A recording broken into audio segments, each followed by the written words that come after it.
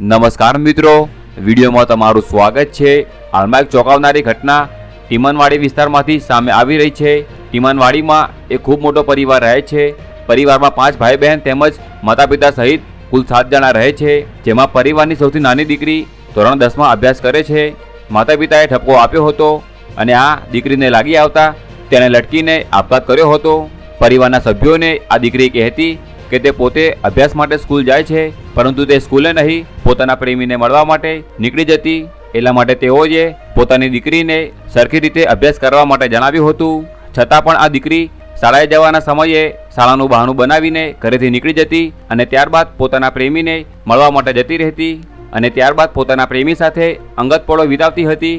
એકવાર તેના ભાઈએ પોતાની બહેનને પ્રેમી સાથે ઝડપી પાડી હતી અને આ ઘટનાનું તેને લાગી આવ્યું હતું અને તેને ઘરે આવીને લટકીને જીવન ટૂંકાવવાનો નિર્ણય બનાવ્યો હતો અને આપઘાત કર્યો હતો, પરંતુ કોઈ કારણોસર સદનસીબે તે બચી ગઈ।